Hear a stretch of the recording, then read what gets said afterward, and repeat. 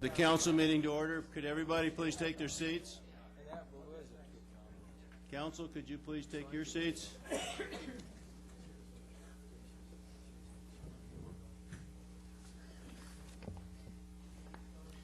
I'd like to bring the Newport Beach City Council meeting for January 24th to order, and we have City Attorney.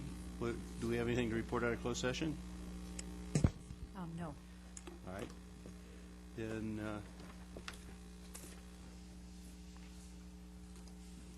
can we have the roll call, please? The record will show that all members are present. Thank you. We'll have the Pledge of Allegiance and stand for the Pledge of Allegiance, and then after the Pledge of Allegiance, please remain standing because Reverend Robert Jordan Ross of the Newport Universalist Society will lead the invocation. And Mr. Rosansky, would you lead the pledge? Please join me in the Pledge of Allegiance to our flag. I pledge allegiance to the flag of the United States of America and to the republic for which it stands, one nation, under God, indivisible, with liberty and justice for all. Thank you. Father, Mother, God, thank you for your presence to us during the lonely hours of struggle and rancor, for then we have you to lean upon. Thank you for your presence during the brilliant and rewarding hours, for then we can share our calm and confidence with those who may have need of this.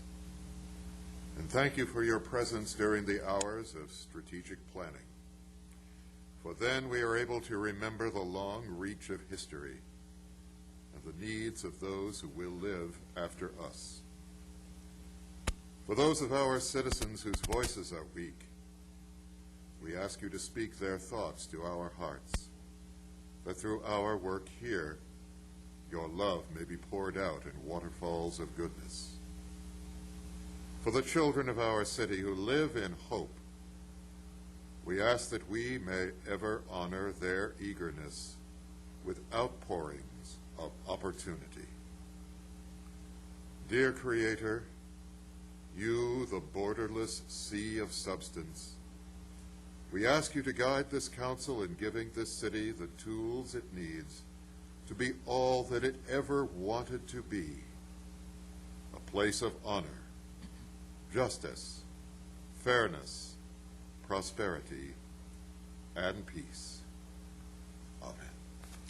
Thank you very much, Reverend Ross.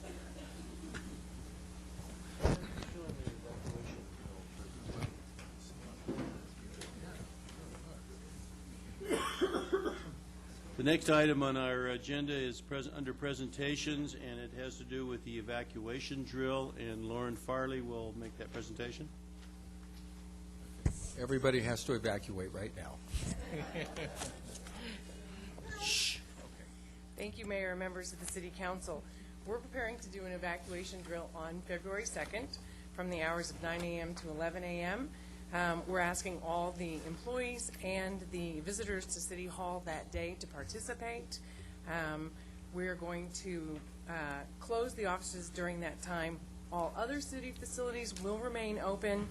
Our evacuation site is out behind Fire Station Number 2 on Via Porto, and those businesses and residents in that area will be contacted to let them know that that street will be closed. We have prepared a systematic approach to our evacuation. We patterned it after the Community Emergency Response Team, or CERT, model, and we have employee response team captains, 2 from each department, who are charged with making sure their department is evacuated to the site promptly and safely. So, Now, what date was that again? February 2nd from 9 a.m. to 11 a.m. So if you are visiting City Hall on February 2nd from 9 to 11, you will be part of an evacuation drill. Is that correct? That is correct, and there are signs posted on all the facility doors. And this facility will be secure during the time at all of the doors as well. Great. Okay. Thank you very much. You're welcome. Mr. Kiff, can you please come down and give us, I want everybody to watch the screen over here.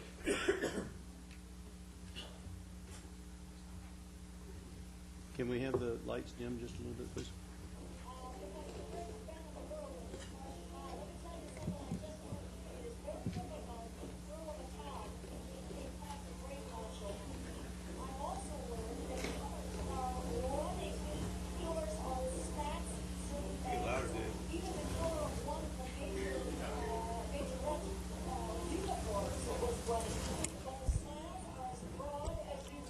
I believe that's the USC band.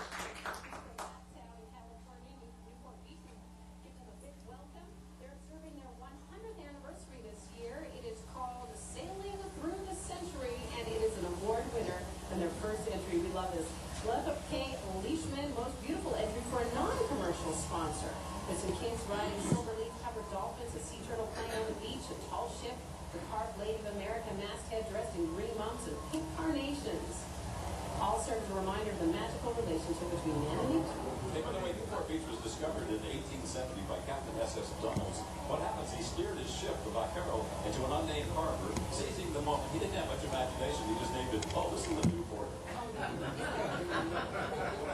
Some of the most genius names have been built on that way. This is a Newport.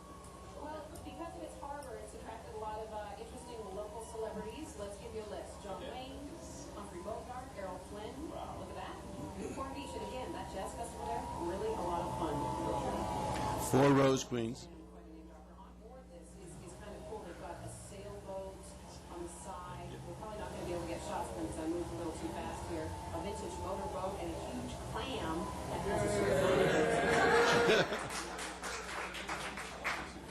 That was Jimmy Buffett.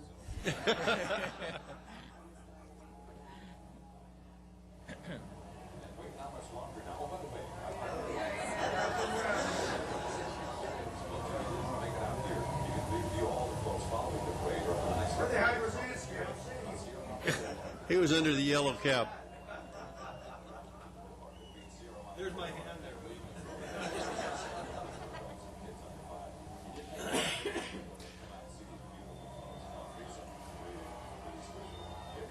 Okay, that's enough, Dave.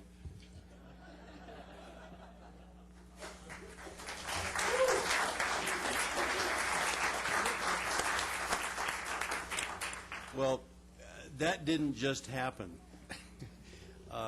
It took us quite a long process for the city to get that float to that point at that time. And a lot of the people that were very instrumental in bringing this all together are here tonight, and we want to recognize them and hand them certificates. We have volunteers of here, as well as the gentleman that built the float, and we have the guy that retired and was brought back into service to help put flowers on the float, and we'll recognize them too. So that I just want to express my appreciation to all of the thousands of hours that went into creating what I consider to be an award-winning float. And this is the picture here that was in the Daily Pilot. And we did win the Lathrop K. Leishman Award, which is the second highest award that the Tournament of Roses hands out. And for a city that hadn't had a float in the parade since 1940, I think that's a pretty good thing to be able to do. And a lot of it was through the efforts of all of these volunteers, as well as the float builder had a little bit to do with it, I think. And Raul Rodriguez, who was the designer, came up with a wonderful design. So I'm going to step down to the podium, and Maria and I are going to go through the process of handing these certificates out, and we will recognize you one by one. Thank you. While the mayor's coming down, just a couple other highlights. We had over 500 volunteers make the trip to Duarte during the period between Christmas and New Year's to help us glue. And I have to say, several folks that went up the day after the float, the parade, to see the float, said ours looked just about the best out of all of them up there. So our volunteers did one heck of a job with the glue. We had a reception before the holidays to thank our sponsors and our riders. And so this evening we are thanking our volunteer committee who put in many, many hours to make this come to fruition. And once again, as has been the theme throughout the centennial, showed fantastic community spirit. We continue to see Newport Beach come forward. We had church groups go decorate, families. I got an email from somebody in, I think it was Oklahoma, who was visiting relatives during that week who live here in Newport Beach and went up with them to decorate. Time of their life. So our community once again came out in full force, and we really appreciate them. So first we're going to recognize our committee.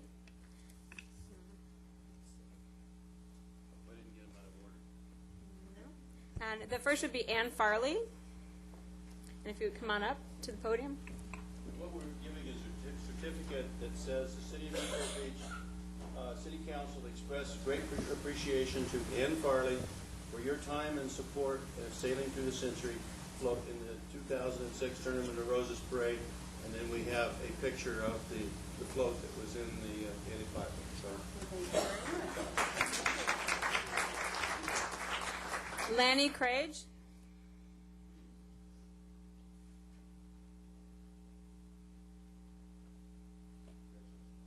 Susan Yamada.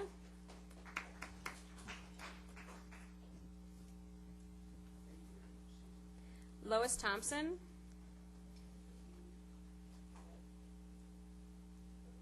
Thank you, Lois. Sandy Haskell.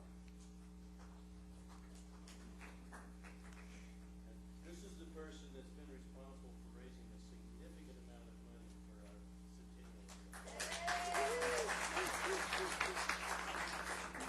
Levon Harkless. She's got a neat husband, too. He takes care of my heart.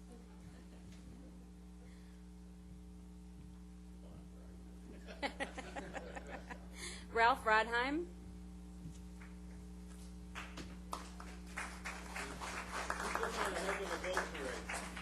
Karen Lancona.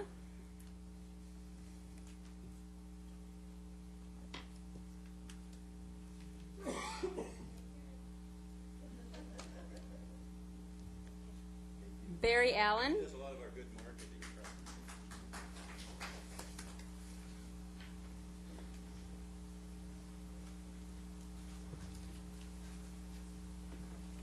Thank you, Barry. Barbara Mellum.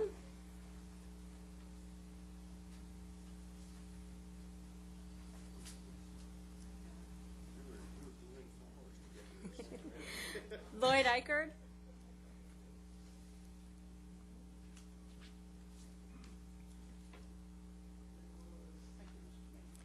Helen McCarthy.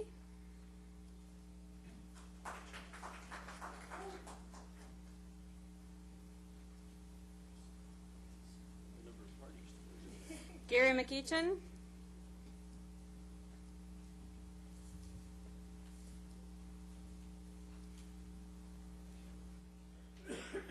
Jay Elbitar.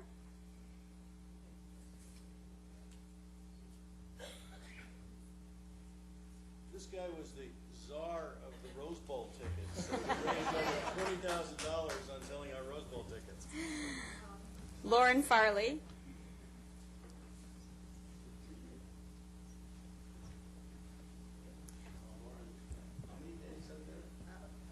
Just a few, yeah. And there's one more committee volunteer that we want to just pay a little more special recognition to. And this lady went up every single day that we decorated and assisted staff in herding the 500 volunteers, assisted Larry in making sure that the volunteers knew what they did, and even stayed up the night before the parade, because we learned so much in this process. We learned that we had to guard the parade, the float, the night before. So she stayed up in the pouring rain to help guard the float and was such a trooper, and we couldn't have done all this without her, and that's Pat Smith.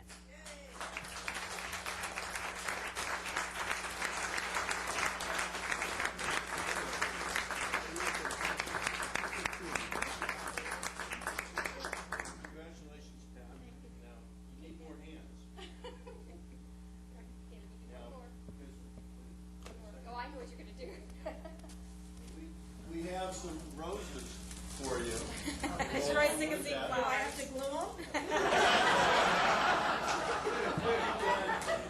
And this is a return of the umbrella that she gave me at roughly 5 o'clock in the morning before we got on the float. But you were already wet by then. No, I was fairly dry. Okay, Thank this you is very all much. for you. Thank you. I wouldn't have missed it for anything.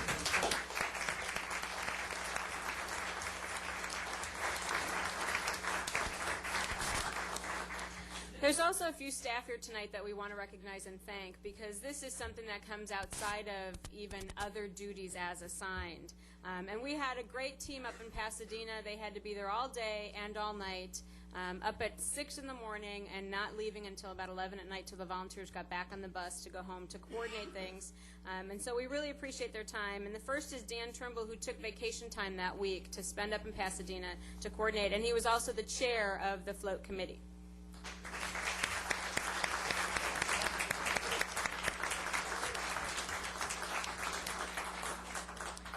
Janice Dinwiddie, our Centennial Project Coordinator, was also up there. Her and Dan were the Duarte team, and they tackled the day-to-day operations up there, and we really appreciate all Janice's time that week.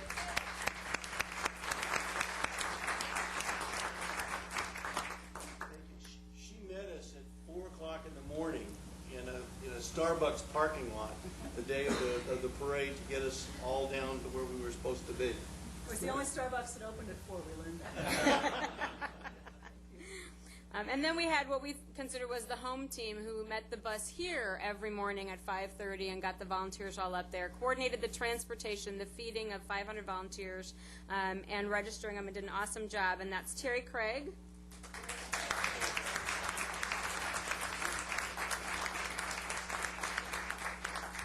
She did a wonderful job of keeping me organized. I'm still trying to do that. And Janae Duarte.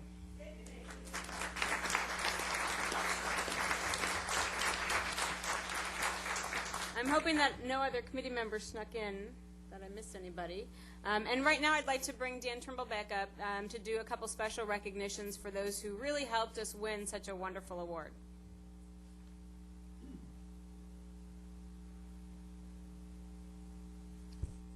Thank you. Just a couple brief words about the individuals that helped build our float.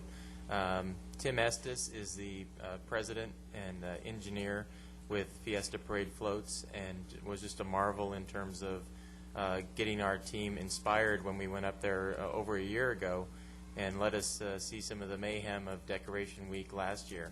And it didn't scare us off. It actually got us more excited and let us know all the work that was coming up for us. So we'd like to have Tim come up and present him with a special gift.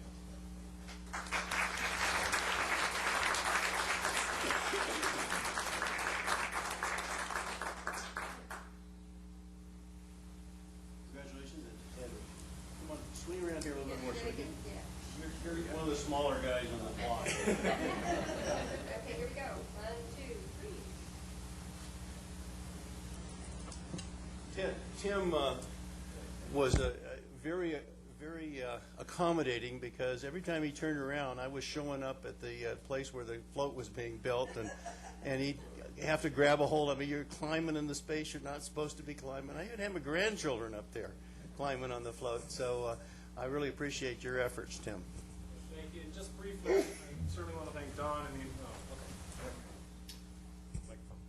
I certainly want to thank Don and the entire City Council for allowing Fiesta Parade Floats the opportunity to work with the City of Newport Beach. And I certainly can't thank everybody, but certainly Dan was fantastic to work with, and his entire committee that first got together and worked together to come up with a design that was selected.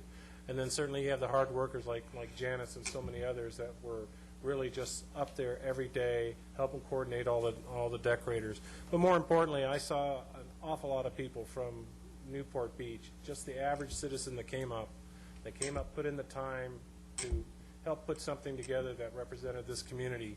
And without those people, this float never would have won a prize. So I thank you very much.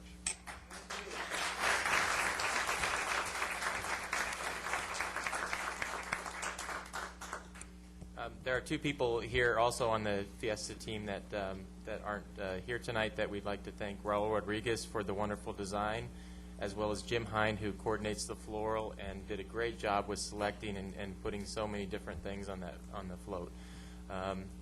I'd like to bring up one more person, Larry, who just made a wonderful project of this week. Come on up, Larry.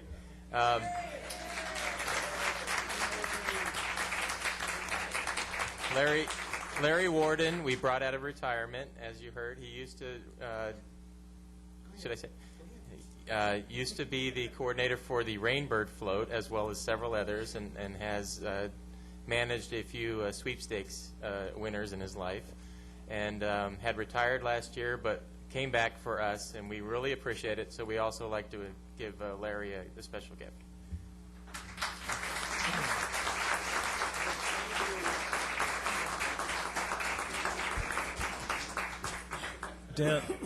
Dan, why don't you explain what you're giving them? These are limited edition prints that are signed by Raul Rodriguez. It's a depiction of our float, the rendering that was initially designed. And they are limited edition, 1 through 100. And we still have those on sale. Do you want me to give a plug, too? Give a plug, Dan. Still on sale. You can go on the web or type in Gregory. You can get one there. But we appreciate all your help and hope you remember as well. Let me just say one thing, is that I wrote a letter to one of the local high schools because during the week of 500-something people, we did have high school students. And there was an extreme gifted group that showed up one day. The clamshell at the back was a challenge to do all of that lotus leaf. And these 18 students from the high school showed up, and I said, okay, adults, I'll put you on other jobs. I'll take the kids. And so I got them to do kumquats and all the other stuff. But the 18 kids came with me, and I said, how do you guys feel about working together? Okay. They got up. On top of that, it was a 2-day project. They finished it in a half a day. And they were wonderful students. They cleaned up. They had to take their picture. I was trying to get them to go home early. And no, they wanted to have their picture taken on the float. And this project would not have happened this way. This is my 34th year of being a supervisor, and I couldn't do that without Fiesta and all this. And 2 years I was a Boy Scout, and I even did pedal pushing. But I told my daughters and son that 34 years of being around floats, I actually left drenched, because you could be on that day. I was wet. I was up in the bleacher until our float went by, and I said goodbye. And I went home smiling and happy because I've never been so relaxed being around Janice and Dan full time. They had the workers there. The workers wanted to work. They understood the concept that to get an award-winning float, you take it step by step, and it's like a coloring book. And when the coloring book walked down the road, it looked like that. It came alive. And Newport should be very happy with what they had. I was. Thank you very much.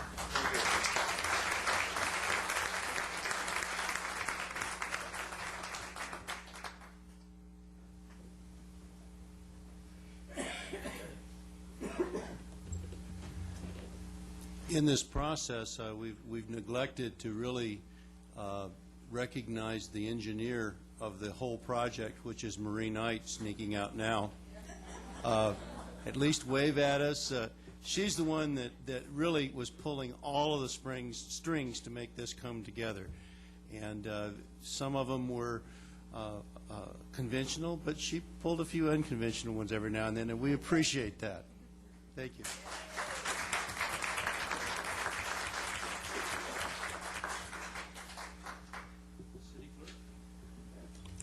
Notice to the public. The city provides a yellow sign-in card to assist in the preparation of the minutes. The completion of the card is not required in order to address the council. As a courtesy, please turn cell phones and pagers off or set them in the silent mode. This is the time for city council announcements or matters which council members would like placed on a future agenda for discussion, action, or report. Councilmember Nichols? No, what this is this is the item if you have things that you would like to have placed on future agendas or you have some other comment that you'd like to make. Councilmember Daigle? None. Councilmember Ridgway? Councilmember Selich? I have nothing. Mayor Pro Tem Rosansky. Yay. Nothing, thank you. Well, we've already had a centennial moment, but you haven't had the official centennial moment. So we have 220 days until our 100th birthday, which is September 1st. And just something that is just a couple of small items that happened. On this day in 1916, you'll be happy to know that there was an ordinance, I don't have the number, but it prohibited women from entering bar rooms or saloons, and was read for the first time, and on the motion of Trustee Wilson passed. So I assume that has been rescinded since then. The chief of police in 1949 had to go down to the fun zone and stop the Square Diamond games at the fun zone because those were considered to be illegal gambling items. And in 1983, Mayor Evelyn Hart announced that effective February 1st, 1983, Robert Burnham would be the new city attorney. So that's your centennial moment for this year, or for this meeting. City Clerk? Consent calendar. All matters listed under consent calendar, items 1 through 14, are considered by the council to be routine and will all be enacted by one motion in the form listed below. The City Council members have received detailed staff reports on each of the items recommending an action. There will be no separate discussion of these items prior to the time the council votes on the motion unless members of the council, staff, or the public request specific items to be discussed and or removed from the consent calendar for separate action. Members of the public who wish to discuss a consent calendar item should come forward to the lectern upon invitation by the mayor, state their name and item number. If the optional sign-in card has been completed, it should be placed in the box provided at the podium. At the study session, I mentioned that I was going to ask to see if the council would agree with me that items 23 and 24 be placed on the consent calendar. The two items are, the first one is changing the street tree in Coast Highway at Cameo Shores and Cameo Highlands to a New Zealand Christmas tree. And then item 24 is an encroachment agreement to allow the wall improvements to be constructed along the frontage there. To the best of my knowledge, these aren't controversial items, and at the last meeting I had some concerns, have met with the association, and everything's been worked out, and I feel that it is an item that would qualify for the consent calendar as long as the City Council agrees with that. Does anybody disagree? Okay. Okay. Next, does anybody wish to pull an item? Councilmember Selledge? No. Councilmember Rosansky? None, thank you. Councilmember Ridgway? Yeah, item 5. And Councilmember Daigle? None, thank you. Councilmember Nichols? I have a comment on one that I'd like to make, and with that, I guess I would let that one go, but I have two others that I would like to pull. The comment I would like to make is on item 5, which is the... Item 5 has been pulled. Oh, not item 5, item 3. Okay. Which is Santa Barbara condominiums, and that is that I don't believe that that project and the golf course are compatible with one another as it now stands. And something has to be done. Now, we've required... Councilmember Nichols, really we can't get into a lengthy discussion on items without pulling them. Okay, what were the two items that you wanted to pull? The two items I wanted to pull were items 13 and 14. Thank you very much. Does the staff wish to pull anything? No. Is there anybody in the audience that would like to pull any item on the consent calendar? Sharon, why don't you say? That's items 1 through 14, 23, and 24. Hearing none, do we have a motion? Mr. Mayor, Excuse I me. just want to point out that for item number 12, we've provided a corrected exhibit at your places. Okay. Mr. Mayor, I'd like to make a motion to approve the consent calendar, items 1 through 14, except for items number 5 13 and 14, and also approve calendar items 23 and 24 with the correction to the exhibit attached to item number, what was that? 12. 12. I second that. All in favor?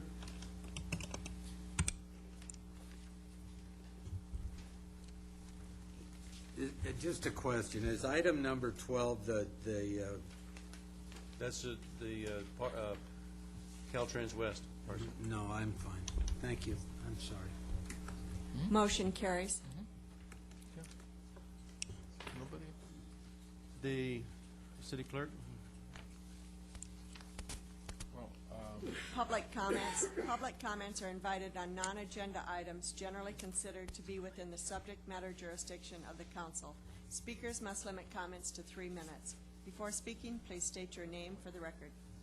Mr. Mayor, Yes. before we do that, we do have the prerogative as a council to hear matters, and I know the revenue director is here. I don't perceive number 5 being long. I just have a couple of questions. Can we take that out of order? That would be my motion. I'll second that. Okay. Do we need to actually vote on that? No. Okay, we'll take item 5 at this time. Pardon? We'll take item 5 at this time. Yeah, I just want to, I asked this item to be pulled because it repeals 5.18 and 17.41, and then replaces it with just one new chapter, 17.10. Glenn, if you're here, if you don't mind coming forward, my question is this. We have a couple of, the two that we're repealing, one is for charter boats on an annual basis, and then we have an event by event. And I didn't quite read, I tried to figure out what this new 17.10 was doing. I mean, can you explain that? I'll try to. Mayor and council members, good evening. There are two ordinances currently that regulate commercial conduct in Newport Harbor. Chapter 518 specifically regulates charter operations. Chapter 1741 regulates all commercial conduct with specified exemptions. We're proposing in this ordinance 1710, before you this evening for introduction, to consolidate the regulatory processes to a single ordinance. Municipal Code Chapter 1741, the permits issued pursuant to that chapter are good on an evergreen basis until they're revoked for the life of the business. They're not reviewed on an annual basis. What's that? The CHAP permits, so those permits, there are 4 charter boat operations and about 10 other kinds of commercial businesses that operate under commercial harbor activities permits. And those permits are not renewed on any cycle whatsoever. Give me for instance, what is one of a chapter? So this does not take into consideration the event one-on-one, a boat coming in and doing a one-time event. Yes, those permits are issued under Chapter 518, the marine charter permits, Okay. and those permits are issued on an event-by-event basis. This ordinance proposes to provide opportunity for those kind of operations to be permitted if they meet the requirements up to a year's time.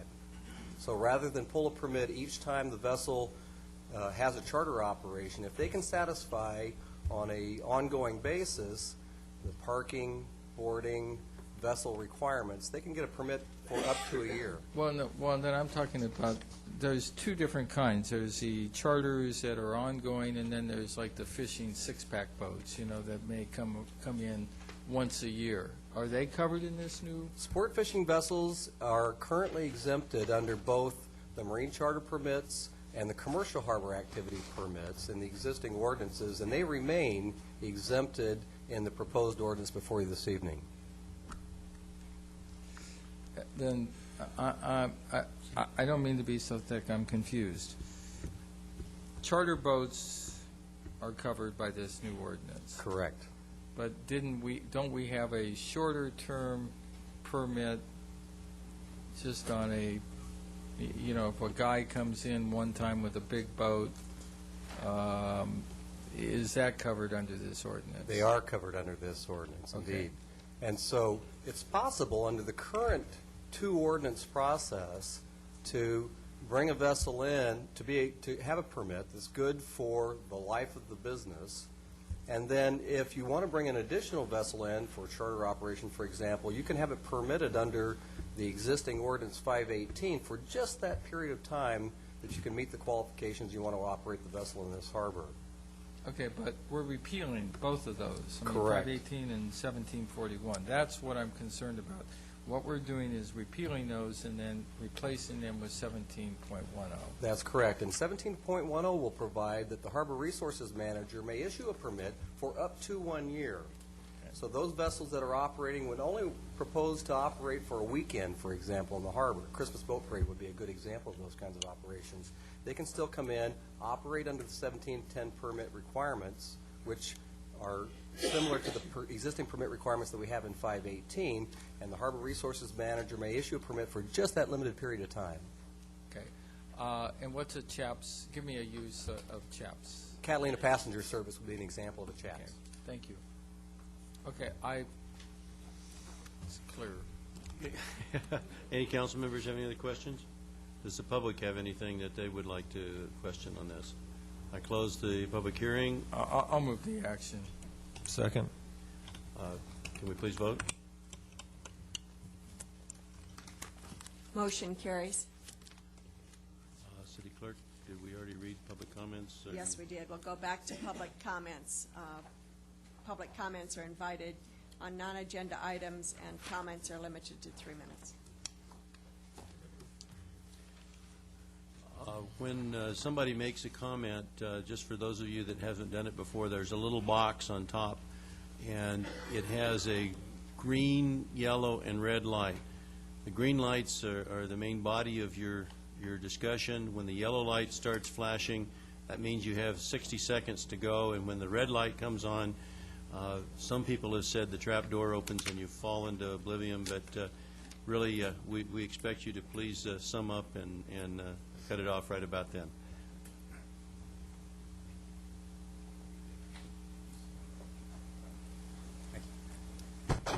Tom Billings, Newport Beach, and spokesperson for Protect Our Parks. Tonight I'd like to just speak on two issues, important issues concerning our community. The first is Marina Park. I understand that the council is planning to meet on that subject as a follow-up to the work that's been done since March of last year in the ad hoc committees to address the use at Marina Park. And I just wanted to comment, a few weeks ago, I was surfing the cable channels, and Councilman Ridgway was being interviewed regarding various important issues facing our city. And he made some statements regarding the two plans that are floating out there right now. One is ours, the Window to the Bay plan, and the other is the Harbors Commission plan for a commercial marina. As well as there was an article in the Current with comments made by, statements made by Mr. Carra of the Harbors Commission about the plans. And I would like to correct some statements that were made that need to be cleared up. Number one, there was a statement made that the two plans are similar, that they're much alike in many respects. That's as far from the truth as possible. Let me just start off by showing our plan, which is right here, Window to the Bay plan, which you've all seen, and I know you'll be seeing again. Basically, it's a true community park, serving the community. Every element that's in that plan has evolved out of outreach and meetings with the various users throughout the city. One major difference is very clear. The Harbor Commission plan has a big hole cut out of the center right here for a commercial marina. Number two, there was statements made that the two groups, Harbors Commission and our group, are working together to compromise to come up with a composite plan. That's not true. We're happy if the Harbor Commission wants to uphold Measure L as we are trying to do and make it truly a community park, but to have a commercial marina in there, I don't see how the two can be mixed. Again, it's back to upholding the mandate from the voters. And again, if you ask anyone who voted no on L, they would be shocked to hear that a commercial marina would be going in there. And number three, it's just the point that we hope that you support a use for the city and the residents that serves the entire community, and not just a select few private yacht owners. And that's what our plan has done, and that's what we've been advocating all along. That's what we'll continue to advocate. And we look forward to the process, which again, it started way back in March. We look forward to you guys expediting, ladies and gentlemen, you expediting the process once you take it up in February to decide on a use and to, make that use supporting Measure L. Thank you. Thank you.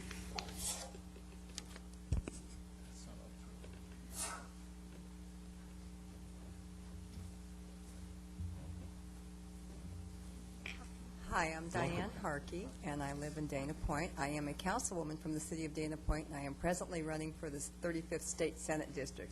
So I'm here to introduce myself to you. I know 4 of you, and there's the other 2 that I have not met personally, but I'm here to introduce myself and to ask you for your support in the Senate race.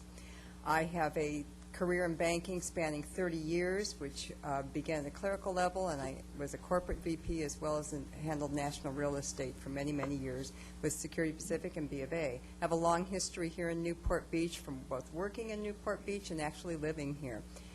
And I am married for 23 years, have a daughter that's 21 and in college, and it's kind of time for that citizen legislator person, and that's who I am. I have an endorsement list of all of the a lot of local officials, as well as the congressmen, local congressmen, and the Board of Supervisors. So I would like your support. I truly believe that we can and should make a difference. That's why I'm here. You've all heard that the meek shall inherit the earth, but in the political arena, if you're not involved, you know you will lose it. So we need to stay involved. We have a lot of similar concerns being coastal cities. I know that you have dredging in the Back Bay going on. We have dredging going on. We have urban runoff, which we have dealt with very, very efficiently in the Salt Creek area with our treatment plant. We'd like to share that with you. You have airport issues, noise issues, and some restrictions that I know that you're concerned about being removed.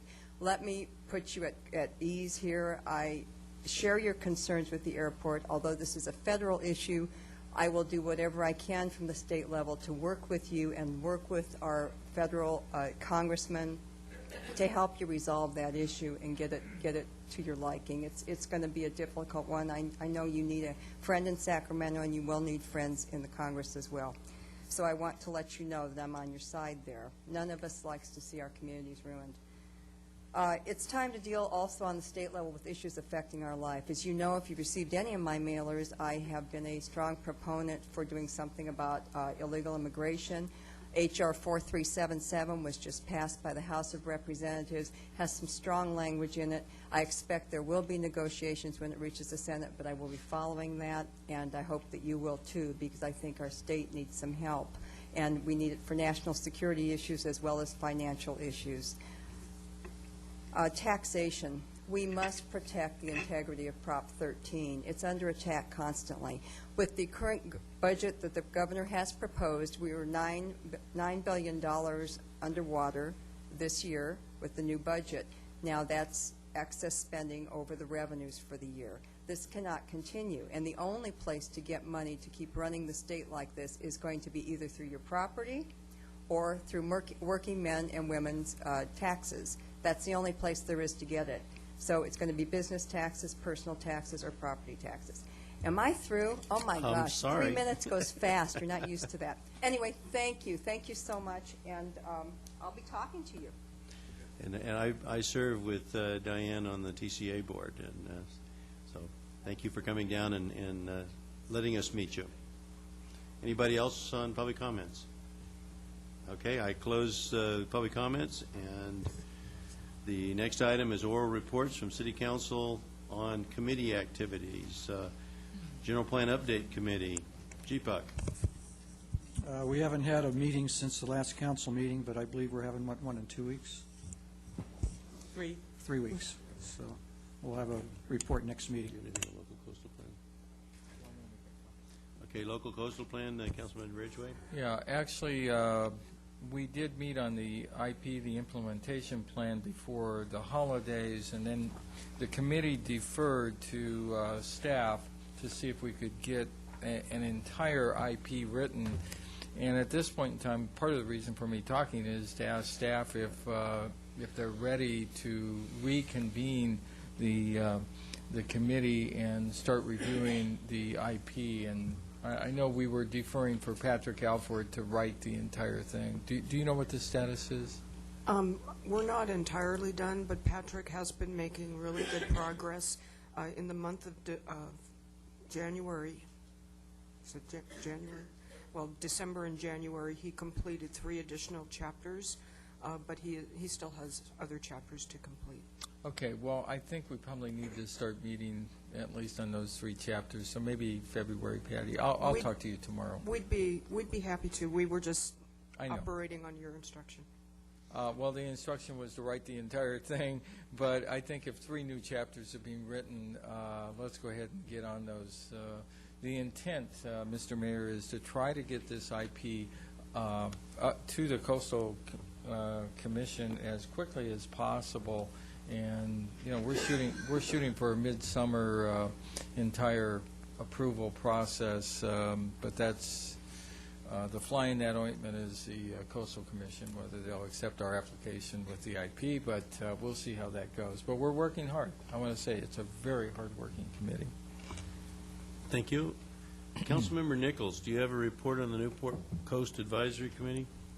That meeting actually took place before the last council and was reported on there, so I think we're fine. The next meeting will be the first Monday in the month. Mariners Joint Use Library, they got windows in the library, and it's all dried in, and the construction trailers are removed from the front yard, and the driveway are one of them's poured, and the other one is almost finished. So we're getting real close to having that building turned over to us, and we anticipate that it will be open sometime in late April or May, early May. The Centennial Committee, our next meeting on that is at 3:30, February 2nd, at the Riverboat on the other side of the bay. The Ad Hoc Committee for the Marina Park Planning, that as well as the Marina Park Advisory Committee. Okay. The Park Planning Committee hasn't had any meetings, and so that would be one that would, we won't hear from them again until, or if the council gives them additional tasks. We met today with the Ad Hoc Marina Park Advisory Committee. Mr. Ridgway, would you like to report on that? Yeah, actually there is a report. Robin, what's the name of that report? Help me out, the report that we... The Relocation Impact Report. Okay, the Relocation Impact Report has been completed. Is it final or draft?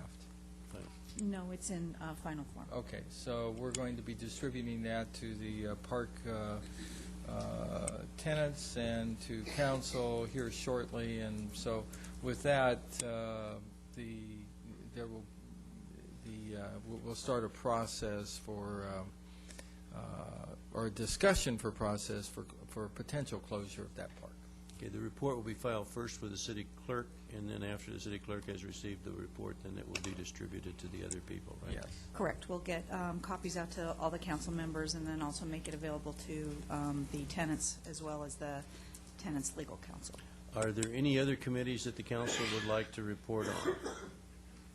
Hearing none. Item 15, which is the Planning Commission agenda for January 19th.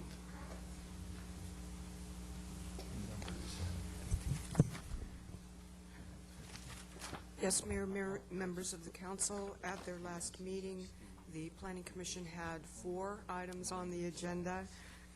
It was an extremely long night, with one of the items taking an extremely long amount of time.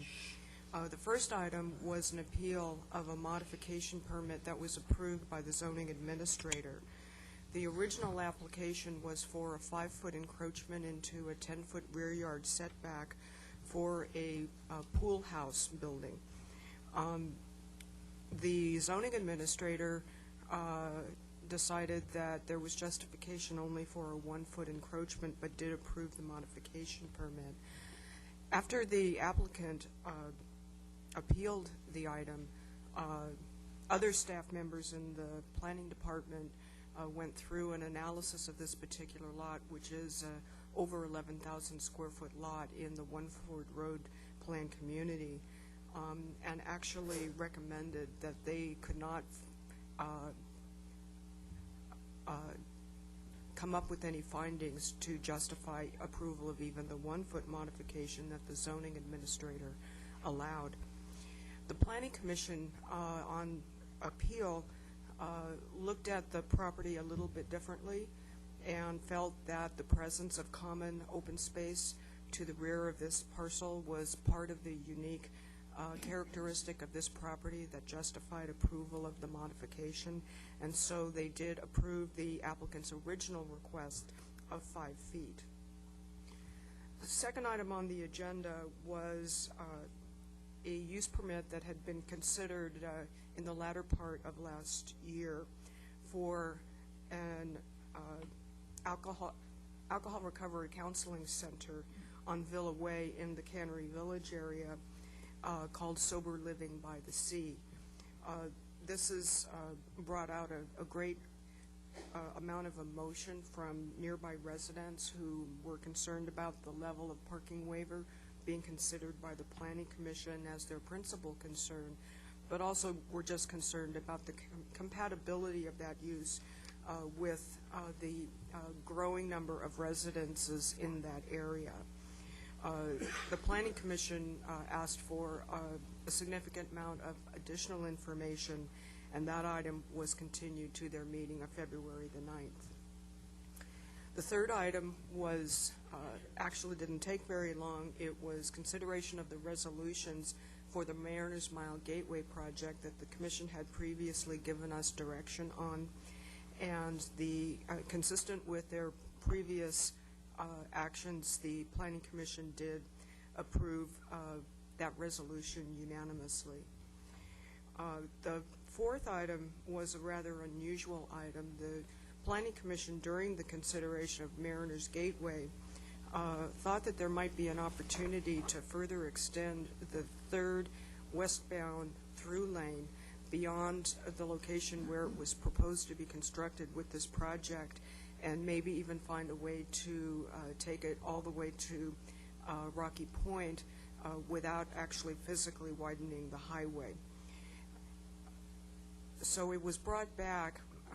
We had a little bit of trouble figuring out how to respond to their request, so we brought it back as a recommendation to the City Council on capital improvement program prioritization, which was the only way we could think to get it on the agenda. The Commission did discuss it. I'm not sure exactly where they're headed with it, but they did ask for additional information on the status of existing offers to dedicate along that stretch that they are discussing, and that will come back at the next meeting as well. Thank you. Are there any questions by the City Council? Mr. Nichols? I would like to hear the sober living by the sea arguments. I think they're very important that they be discussed at this level. Okay, Mr. Nichols, that's been continued. It's not been. Okay. I also want to do that with the Mariners Mile Gateway project. So the Mariners Mile Gateway project is also, I understood that's been passed. That was approved. That was approved. Okay, and you do not want me to give a comment on that, but our City Hall engineering has withheld people building into the Dover Drive area, and this is the same basic structure, and we're building into the Pacific Coast side of that same slope. They wouldn't allow the homes, my understanding, to go into the Dover Drive area because it's unstable, and I'm questioning whether Mr. Mayor, this point is of order, the same. either call it or don't call it, but we can't discuss it. It's beyond the purview of where we are. Okay, I am calling it. I'd like to call it. Is that a motion? I would like to make a motion to appeal. Consider the Gateway project. I think it's a very important project for the city, and it's a very difficult one, and I don't think it's been fully considered from an engineering standpoint. Is there a second for that motion? Hearing no second, the motion fails, and we will continue. Next item on the agenda would be item 16. This is the council selection of the City Hall Site Review and Facilities Finance Review Committees. We have received applications in which the City Council has had the opportunity to review applications for both the Site Committee and the Finance Committee. There are a number of applicants that applied for both. The procedure that we are going to use tonight in selecting the members of these committees, let me read through it just so that I don't forget any one particular item. City Council will vote on the members of the City Hall Site Review Committee first. After those appointments have been made, the Council will vote on the members of the Facilities Finance Review Committee. After the members have voted on the membership for both committees, the Council will vote for the chairperson of each committee. The voting will be done by paper ballot, and the City Clerk will tabulate and announce the results during the vote tally. The applicants receiving the most votes will be appointed. Each council member will vote for 11 members and can only cast one vote per applicant. Applicants can only serve on one committee. If any of the applicants who applied for both committees is not appointed to the City Hall Site Review Committee, their application will automatically be considered for the Facilities Finance Review Committee. The names with asterisks, and this is on the ballots that we have, the names with asterisks indicate the applicants that have applied for both committees. If a tie vote occurs for those receiving the least number of votes, and there are more applicants involved in the tie than there are seats available, the council will cast a separate ballot only on those applicants. At that time, they will vote for as many applicants as there are vacant seats remaining. For instance, if we have 4 people that are tied at 3 votes, and we only have 2 positions, we would vote for 2 of those 4 names. This procedure will be followed for both committees and will continue until the membership has been appointed. The chair will be appointed from the members who were just appointed. Each council member can vote for 1 member. In order to be appointed, the applicants must receive at least 4 votes. In the event that no one receives 4 votes, applicants receiving 0 or 1 vote will be dropped, and the council will cast 1 vote from the list of the remaining appointees, and the determination will be made as previously stated. These rules are open for discussion and subject to change by the City Council. Does the City Council have any comments related to these rules? Just a point of clarification on the end there. Yes? Can you borrow that? The language here, in the event that no one receives 4 votes, does that refer to the appointment of the chair or to the actual balloting? That's appointment of chair. That's what I thought. Thank you. Anybody else have any other comments? Then I will say that these are the rules that we will follow.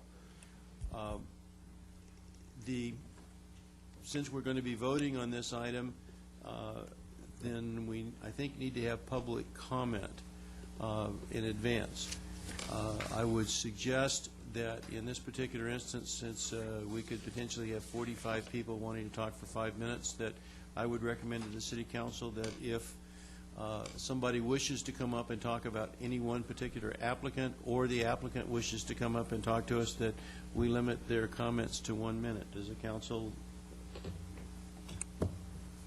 have any comments on that? I think that's what we tentatively agreed on at our last meeting, so I would support that. Are there any other objections to that procedure? Okay, that will be the procedure. I now open this up for public comments. Does anybody wish to comment on anybody?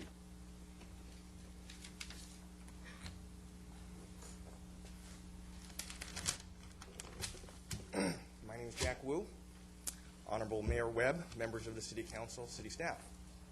My name is Jack Wu, and it is an honor to stand here and request appointment to the Facilities Finance Review Committee for the City of Newport Beach. As my application will show, I have been in the accounting field for the past 8 years, currently working as a financial controller for a local Corona Mark design firm. Previously, I've been the corporate controller for an engineering firm in Santa Ana, and before that, a partner in a CPA firm in Costa Mesa. With that, I've had many years of experience analyzing many different financial documents, and have had to advise my employers and clients on their companies' financial conditions, and had to help determine the best methods available to finance company operations and capital expenditures. While the final decisions have not always been pleasant or easy, they've always been the most fiscally prudent. I thank you for the opportunity to serve and hope that my experience in the finance and accounting world will provide the valuable input that will help the City Council, my fellow Newport Beach residents, and businesses. Thank you very much. Thank you. Anybody else wish to comment? Okay, I close. Oh, okay. All right, I close. I close the public comments, and would the council please go through your ballot and vote? We're doing the review committee first. We're on the site review committee at the present time.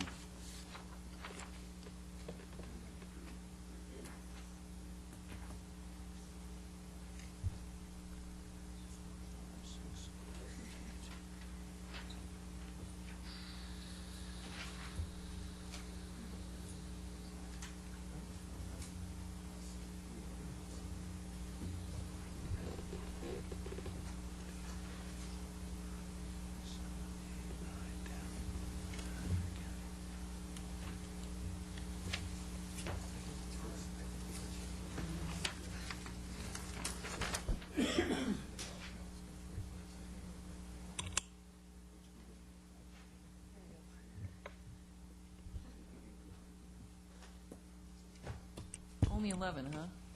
Well, I mean, if you I can't could do more? remember my geometry, or not my geometry, but my statistics, 11 names out of 32. We got quite a few combinations that the 6 of us could come up with.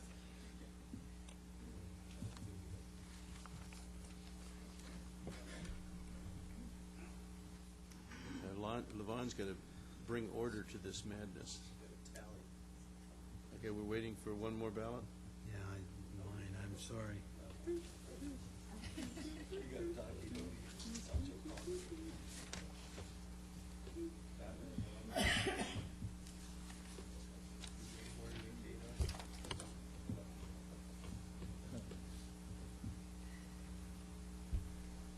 still remember the green one? The green right?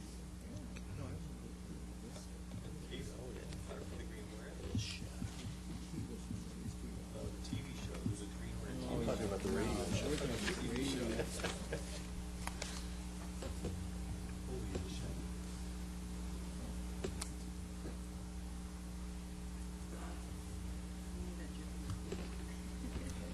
Well, you can go ahead and tally the rest of them, can't you?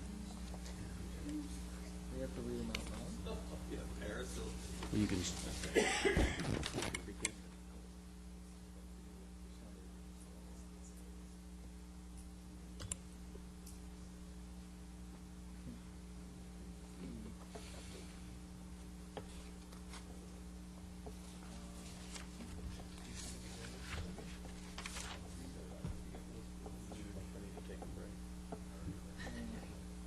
You have to read the application. Just a moment.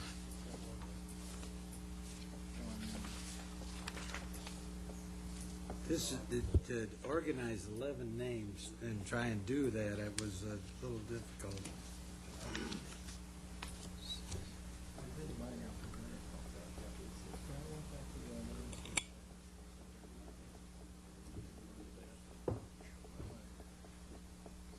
Okay.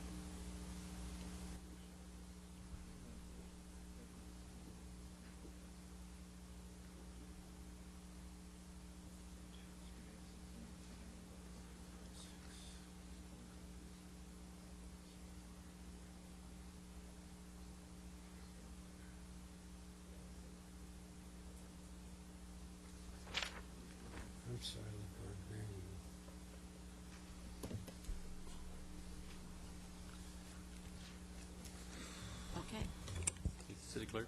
Councilmember Nichols voting for Irene Black, Steve Braze, Dennis Getchier, and I apologize to the applicants if I mispronounce your name, Gordon Glass, Rush Hill, Gilbert Lasky, Wallace Olson, Joe Ryan, Tully Seymour, Larry Tucker, and Roy Ward. Councilmember Daigle voting for Deborah Ashby, Gail Demmer, Gordon Glass, John Hamilton, Rush Hill, Lloyd Eichard, Don Croty, John Nelson, Bruce Nastandi, Tully Seymour, and Larry Tucker. Councilmember Selich voting for Steve Braze, Gordon Glass, John Hamilton, Rush Hill, Lloyd Eichard, Roberta Jorgensen, Don Croty, Lucille Kuhn, Wallace Olson, Scott Riddles, and Larry Tucker. Councilmember Ridgway voting for Laura Curran, John Hamilton, Rush Hill, Lloyd Eichard, Roberta Jorgensen, Don Croty, John Nelson, John Rapio, Scott Riddles, Chris Thomas, and Larry Tucker. Mayor Pro Tem Rosansky voting for Steve Braze, Gordon Glass, John Hamilton, Rush Hill, Lloyd Eichard, Roberta Jorgensen, Don Croty, John Nelson, Wallace Olson, Scott Riddles, and Larry Tucker. Mayor Webb voting for Steve Braze, Don Froelich, Gordon Glass, John Hamilton, Rush Hill, Lloyd Eichard, Roberta Jorgensen, Don Croty, John Nelson, Scott Riddles, and Larry Tucker. We have 3 people tallying to make sure we do this right. Make sure you get the color right. We need 4 votes per candidate. No. That's just for the chairman. So it's whoever takes the majority. Top vote getters? If there's a tie, like at the bottom, Well, that makes it quicker, doesn't it? we hope so.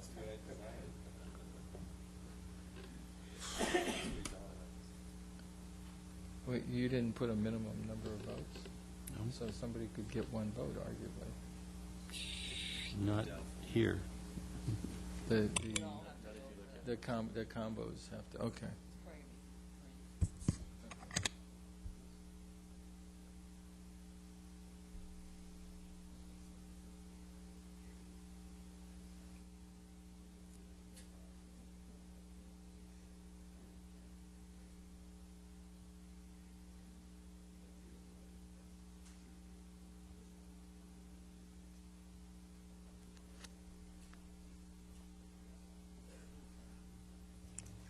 I'll let the double checkers see if I've got this right.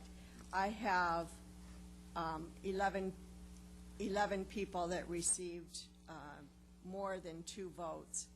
Steve Braze received 4 votes. Gordon Glass, 5 votes. John Hamilton, 5 votes. Rush Hill, 6 votes. Lloyd Eichard, 5 votes. Roberta Jorgensen, 4 votes. Don Croty, 5 votes. John Nelson, 4 votes. Wallace Olson, 3 votes. Scott Riddles, 4 votes. And Larry Tucker, 6 votes. That should bring it to 11 members.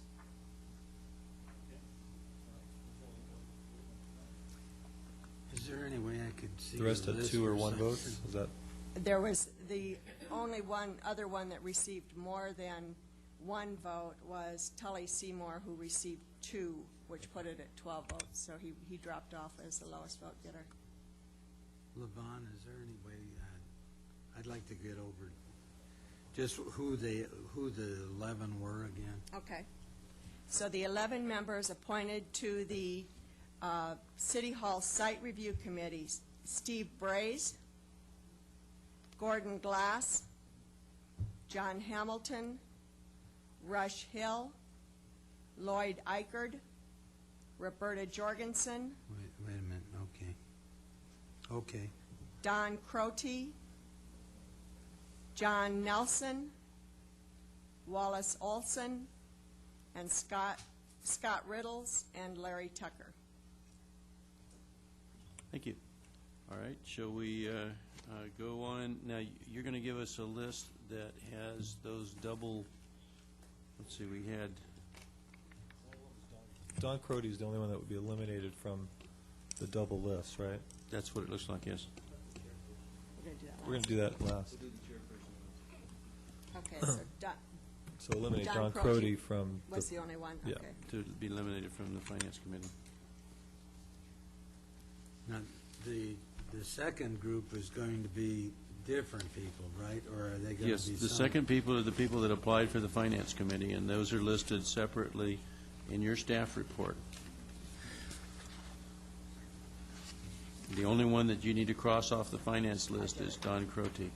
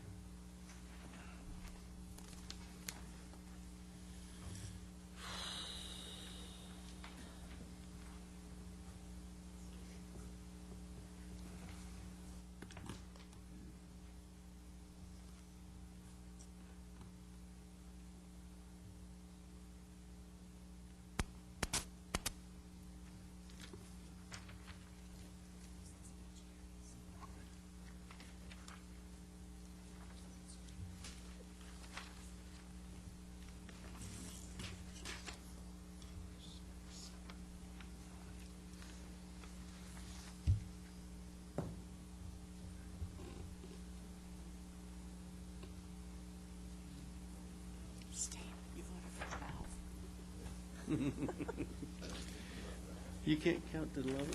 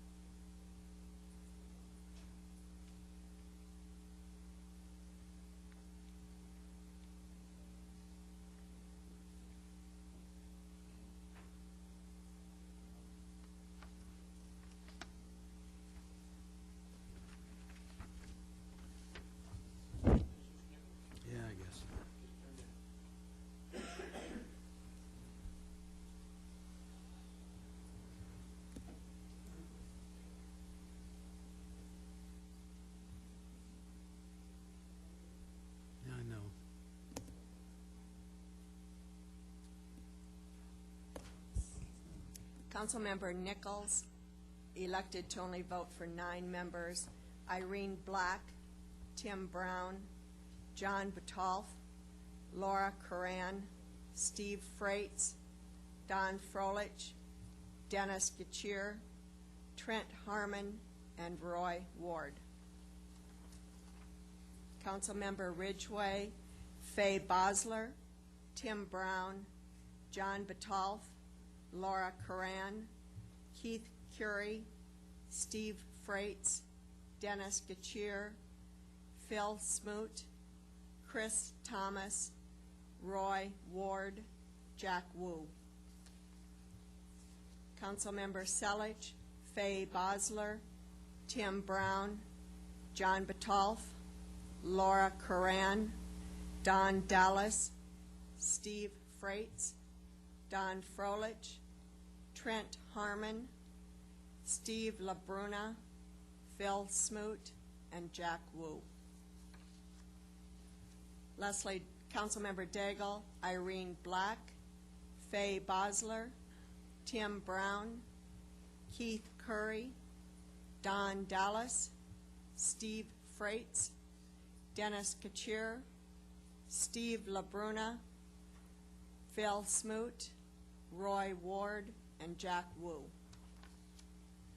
Mayor Pro Tem Rosansky, Faye Bosler, John Batalf, Keith Curry, Don Dallas, Steve Freitz, Dennis Getchier, Trent Harmon, Steve LaBruna, Phil Smoot, Roy Ward, and Jack Wu. Mayor Webb voting for Irene Black, Faye Bosler, Tim Brown, John Batalf, Keith Curry, Don Dallas, Steve Freitz, Don Froelich, Steve LaBruna, Phil Smoot, and Roy Ward.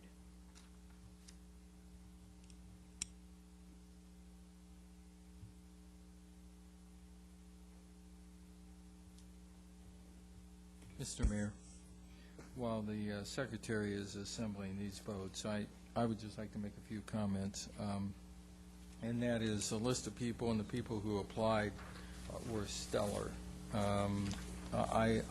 We always say that, but I want to say in a short period of time, a whole host of new people made application, presented themselves as to participate and contribute their time and effort to 2 very important issues in this city, and that's site selection for City Hall and financing. And I want to say thank you to everybody who applied. I would say stay involved. Everybody was qualified. It was just an extraordinary list of people. I would agree with that comment. It was extremely difficult to go through and make a determination. I think we had a total of over 40 applications, and to sort them out and try to put them in some sort of order was really difficult because of the skills that are out there. So I too would thank everybody that participated and submitted an application. And keep your interest in the city up. Actually, while we're waiting, Sharon, don't we have openings on other committees that maybe some of these folks might want to consider? Make a little public service announcement now? We have, I think, 2 openings on the Environmental Quality Affairs Committee. One of them is at large, so it doesn't matter where in the city a person lives. The other one, I believe, is District 1. Yeah, I think so. Well, I serve on that committee, so you know it's got to be a good one, right? Oh, we have fun. We have fun. We have potluck. Mayor Webb, I have a question. I don't know if it's appropriate to ask at this time or another item. What is being considered as the work of the Site Selection Committee? And specifically, I was wondering, there was some discussion that this committee would actually come up with a site, sort of a consensus building process as to a specific site. My thinking is that they would gather information on potential sites, but they wouldn't say, this is the site that you need to go to. Has that been ironed out? I don't think it's been totally 100% ironed out, because I think that, let's say that they're really, in their considerations, there is only one site. That might be a recommendation. If there ends up being a real close call on two or more sites, then I think that they have to bring those back to the council for consideration. It's not something that we're asking them to pick out the best, because the council ultimately is going to make the determination and have to weigh, at least in my interpretation, we will have to weigh the output of both of these committees So in it'd be- making our final decision. Well, It'd be more similar to the Marina Park Committee, where they'd look at the different sites, bring information to us, but it would ultimately be council's decision as to what's the most preferred site. well, with the constraint analysis, we were very specific in the resolution. We were very narrow in the resolution. But they would bring back, if there are 3 sites, and they would put a list of pros and cons and the constraints, and that's really what their charge is. So I think a number of sites, that while they may bring them back, they will have so many constraints on them that they won't become viable. You know, maybe preferable. I mean, let's be honest. I mean, I'm going to say right here, you know, the Newport Village site is preferable, but it's not politically viable. It's real simple. So, okay. Yeah. Your Honor, whenever you're ready, we have the votes tallied. Okay, go right ahead.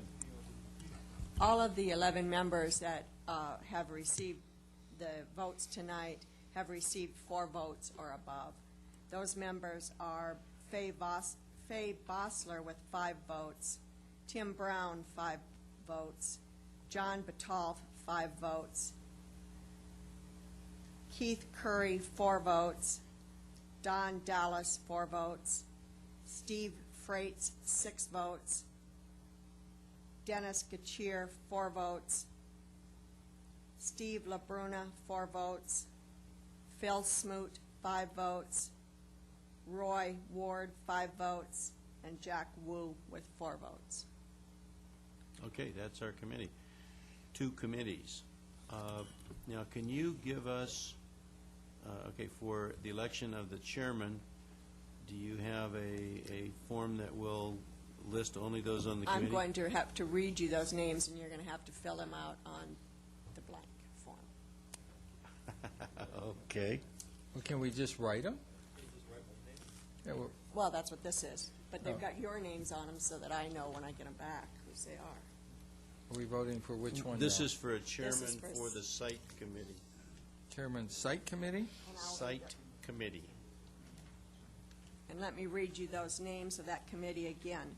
Steve Braze, Gordon Glass, John Hamilton, Rush Hill, Lloyd Eichard, Roberta Jorgensen, Don Crote, John Nelson, Wallace Olson, Scott Riddles, and Larry Tucker.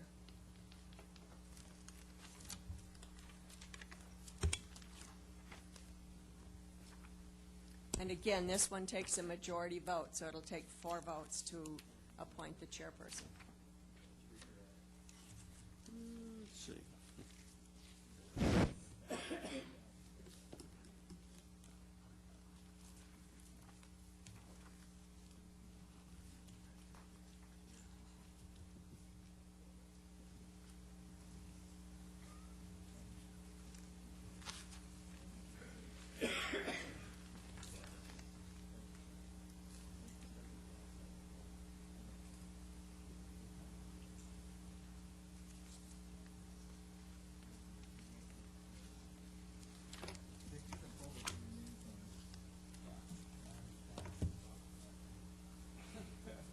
Nick wrote 2 names.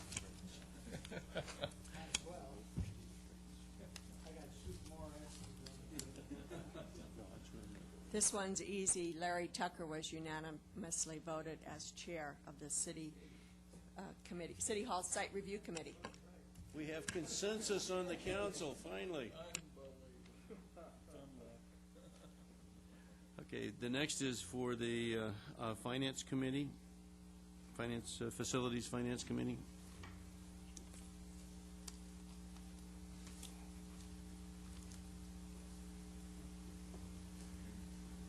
I'll read you those names again of the members that were just appointed. Faye Bossler, Tim Brown, John Batalf, Keith Curry, Don Dallas, Steve Freitz, Dennis Gachir, Steve LaBruna, Phil Smoot, Roy Ward, and Jack Wu.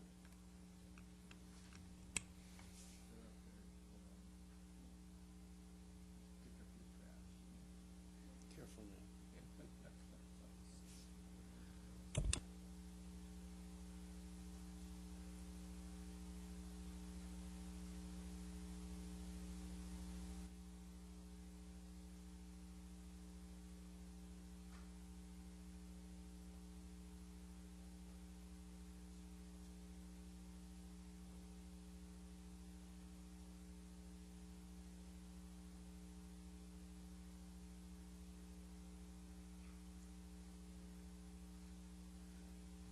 Okay. Councilmember Selich voting for Keith Curry. Councilmember Nichols, Steve Freitz. Mayor Pro Tem Rosansky, Keith Curry. Mayor Webb, Steve Freitz. Councilmember Daigle, Steve Freitz. And I don't have one.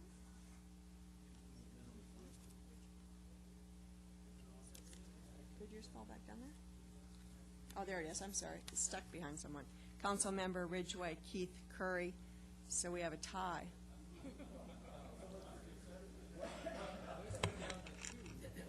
Yes, now you're going to vote for either Keith Curry or Steve Freitz. Maybe we want to have some discussion about it since we seem evenly divided. Somebody can sway somebody else. Are either of the candidates here? Would you like to? Well, hang on a second. Do we want to entertain a comment? Public What's comments the or pleasure of the closed? council on this?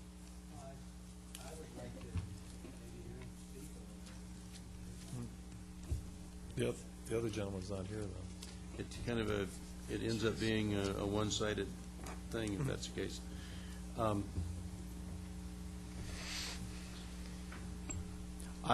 I will change, I let you know that I'm going to change my vote at the present time, so that I will support Keith Curry, the next one. So let's vote.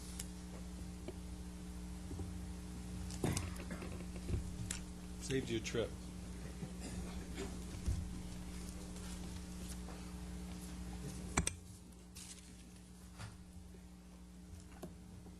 Anybody that would come to the meeting and sit through this has got to have some stick-to-itiveness. Got the makings of a fine chairperson.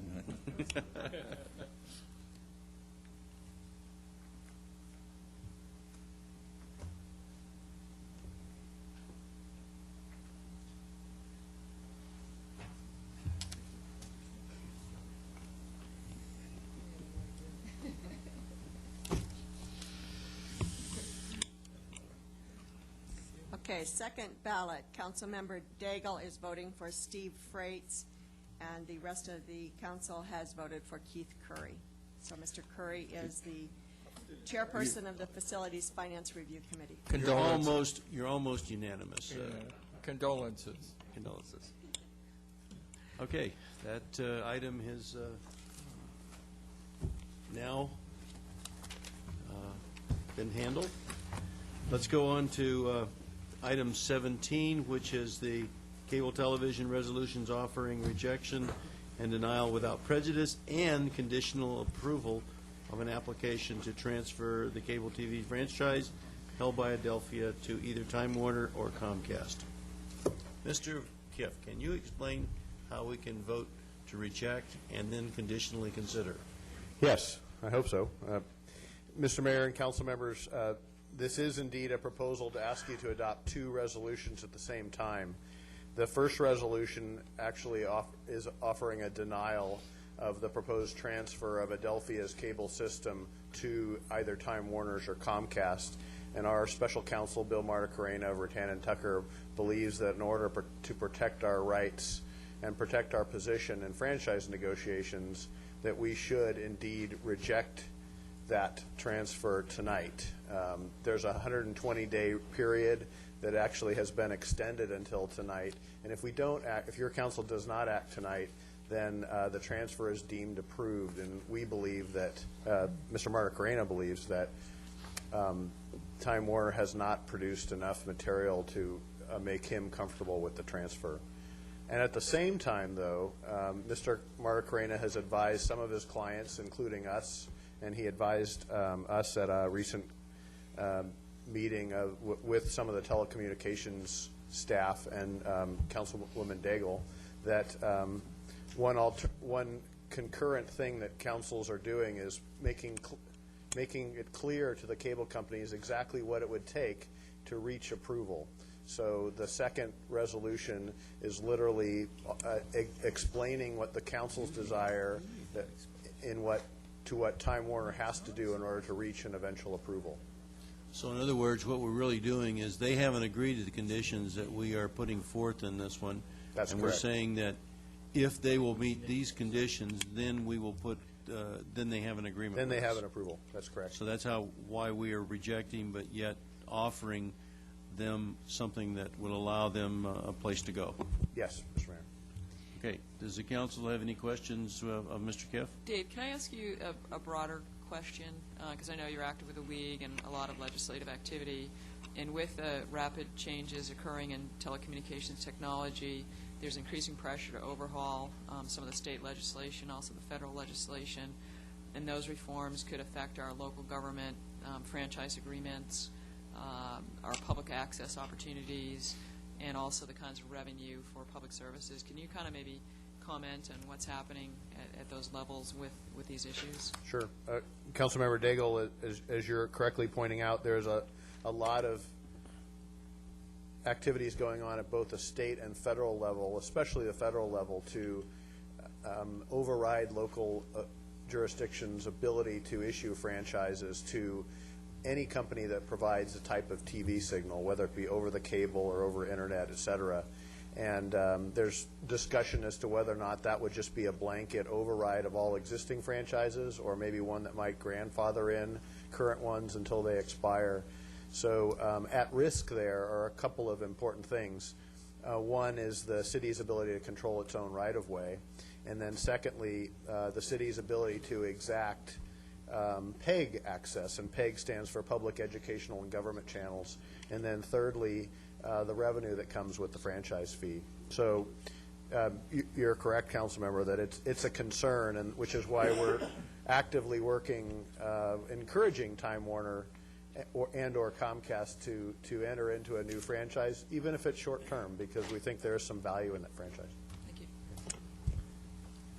I might add one of the other items that we get with a cable franchise, although we can't control pricing, there are some abilities in our cable franchising to protect the consumers with regards to the type of service and calls and how their cable service is provided. So that would be another issue that would also be potentially lost if this legislation goes through at some point in time. Thank you. Any other questions of Mr. Kiff? Does that imply, Dave, that well, I read what you're saying and our esteemed attorney as well, that possibly we should okay this with conditions rather? I mean, it seems, I believe that we are going to lose the rights to choose anyway. I mean, frankly, that's the way it looks like. Councilmember Nichols, I think that may be a fair read. You're right, but I also know that jurisdictions across the nation are fighting for their right to franchise, and it's not just all about revenue. Part of it is just about controlling the right-of-way, your own property, the public property. So I think there will be enough of a battle that it's important that we try to protect what we have today, and you protect that by rejecting the transfer now, but also by spelling out the conditions at which a transfer could be approved, which is what we're offering tonight. But I guess I'm just trying to understand it a little better because I've been through this a couple times. There's two ways you can get TV. One is through the phone system, and the other one's through the cable system that's in the front yard, basically, or I'm going to say it that way. The cable system that's in the front yard right now, Time Warner is purchased, correct? And the other one is typically your phone service, which is also somebody that's been purchased. Now, we only control from a cable TV. Well, I guess both of them could provide both phone and TV, correct? Yes, although Verizon, for instance, is a phone company, as is SBC. They have not rolled out video service in Newport Beach yet. They have pursued it in other communities. They have not come to us with that as of yet. We know it's coming. So today, the only way to get cable is, a television signal is through, you could get through a satellite dish. A lot of people have dish service. And then secondly, from one of the two cable providers, currently ADELPHIA and Cox. And ADELPHIA is the entity that in bankruptcy is trying to transfer its assets to Time Warner or COMCAST. Well, let me rephrase the question a different way, or rephrase the argument, because I think it still has validity. I'm not trying to say that what I said was different, but follow me a minute. And that is, if Verizon or SBC, whichever one is the cable, if they were to come in later and be able to offer that without having to provide PEG, because PEG was already on the other guys, that would be uneven competition, and it may be that the phone company would be able to offer the service at a cheaper price, which would only make it worse for PEG being provided by our Time Warner, for example, because they're the people who bought the. My question is are we not just shooting ourselves somewhat in the foot here, or is there a secondary position that, I mean, well, the cities. What am I saying wrong? No, you're right. In that SBC, AT&T, or Verizon could come in, and they're certainly arguing that they do not need a specific franchise because they believe it's not a quote-unquote cable-related service when they deliver TV over the phone line. We would assert through Mr. Marta Carrena that it is indeed a cable-related service, so that would be challenged across the nation generally, and has been and will be. So the debate you're raising is, I think, one that will go on for the next 2 to 4 years until this is all settled out or until it's overridden by the federal government. But to protect our rights today, we recommend that you adopt both of these resolutions today. Okay, thank you, Mr. Kiff. Anybody else have anything? Okay, is there anybody in the audience that would like to discuss this item?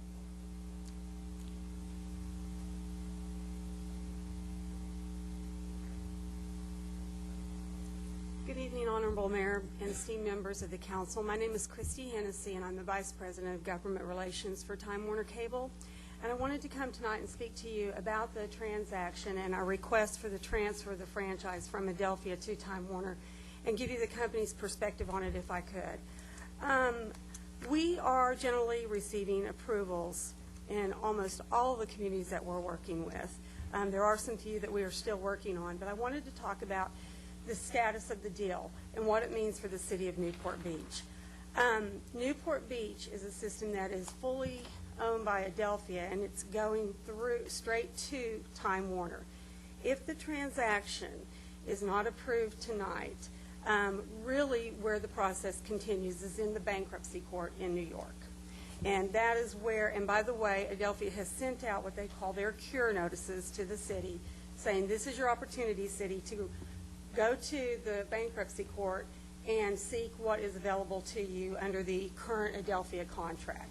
So if the city feels they have any outstanding issues, you can go to the bankruptcy court, and I believe Bill Marty Carrena has already filed an objection in the bankruptcy court. So that process is moving forward. Ultimately, the bankruptcy court will decide on the transaction.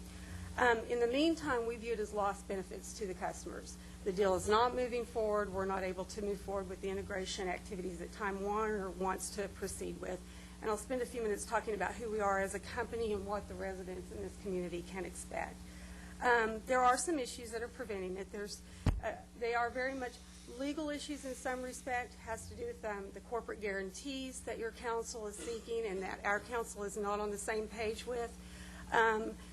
I believe that they are working through those issues. That's really my message tonight, even though I know that the city has on their agenda the denial recommended without prejudice, and the city has the conditional transfer approval on the agenda. We have decided as a company that we're not going to do any additional extensions because I'm feeling quite optimistic that even despite a potential denial tonight, we will stay the course on the legal side and continue those discussions, and I do feel they're moving forward. I just think we've got a little bit of work yet to do. So I'm feeling positive on that front. One of the things that we've been most concerned about with, though, is the fact that we are receiving approvals everywhere in the nation, with the exception of the communities that we're working with Mr. Marty Carina on. And one of the problems that we've addressed is the fact that we are being requested to take on what we are calling the sins of Adelphia, so to speak, and that we are being asked in the context of any new negotiations that all of the sins of Adelphia must be taken on as a liability. And we feel as a company that that is not fair, that we should be judged on our own performance, and we are a stellar performer, and we were hoping that the council would look at us as the type of provider that we are. We meet the legal, technical, and financial qualifications. We're a tremendously stable company. And so in that respect, we were hoping that we would be judged on our own performance, not Adelphia, who is in bankruptcy. And quite frankly, the CEOs are what drove that company there. And they're in jail today. So the company's been really, there's been this cloud hanging over them for quite some time, and Time Warner stepped up to the plate. We fought really, really hard for the Los Angeles market, and that's one of the key points I want to make. Comcast is in this market as well.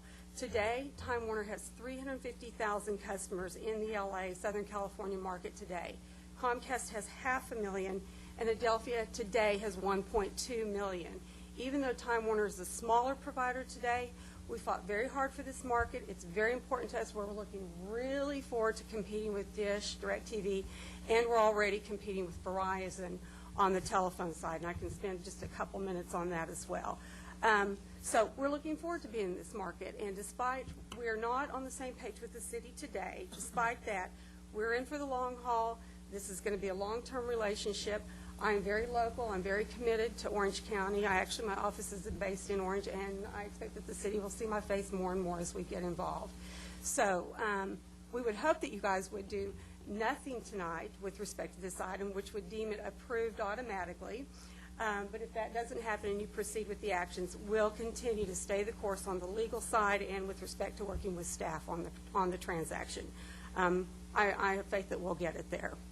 I wanted to talk just a minute, if I could, about who we are in terms of customer service, because that issue was raised. We are absolutely committed to customer service. We are open 24 hours a day, 7 days a week, 365 days a year. How much longer do you think you'll need to have, because your time is now up? Am I up? Okay. Well, I will just, I'll conclude it right there because I am out of time, but I will say we are definitely committed to the community and customer service.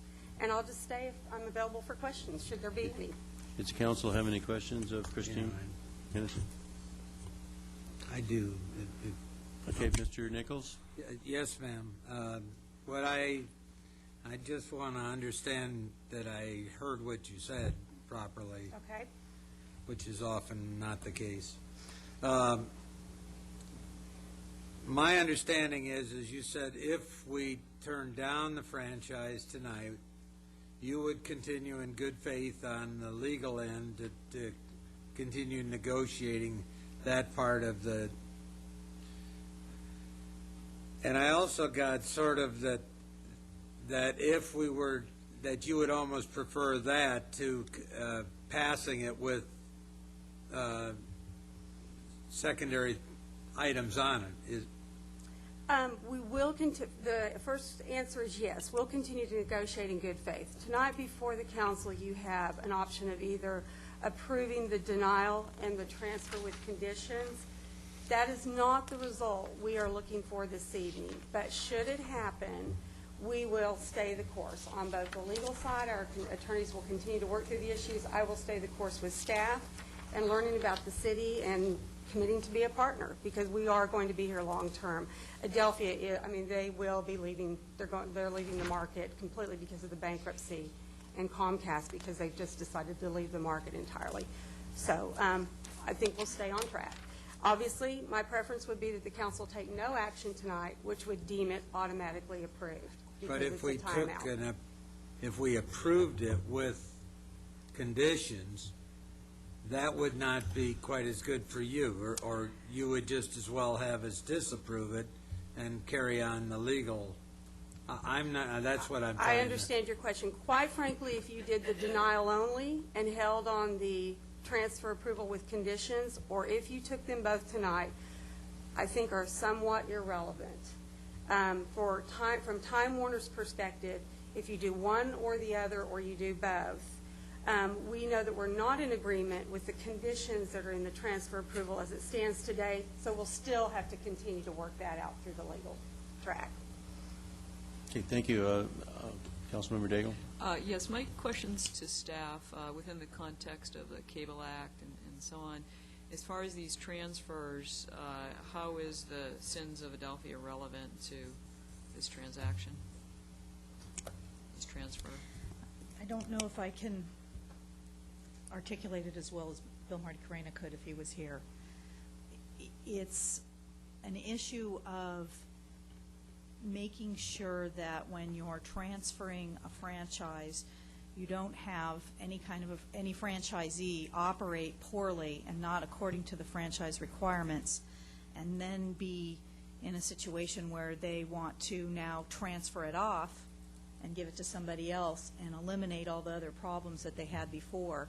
And it gives them the ability to kind of market and sell off a franchise without being responsible. The new franchisee would not be responsible for the problems that the franchisee had caused before they'd sold it off. So Marty-Carrena uses the term laundering, but it's kind of maybe an inaccurate term, but I think it's about as close as it gets to the reasons behind that. We're also in part of the franchise transfer process that Time Warner is now going through, entitled to look at in the franchise how the prior franchisee operated and under what conditions, and making our determinations for negotiating a new franchise with either with Adelphia or whoever they would try to transfer it to. So how Adelphia operated the franchise, the system beforehand, is relevant to our ongoing negotiations. If we were to wipe the slate clean, do you believe that the city would lose leverage in these negotiations? That's what we have been advised, yes. Thank you. Does anybody else have a question? Is there anybody else in the public that would like to comment on this item? Hearing none, I'll close the public hearing. I'd make a motion to go with the staff recommendations in the resolution. Second.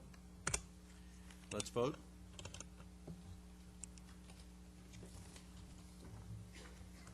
Motion carries. City Clerk?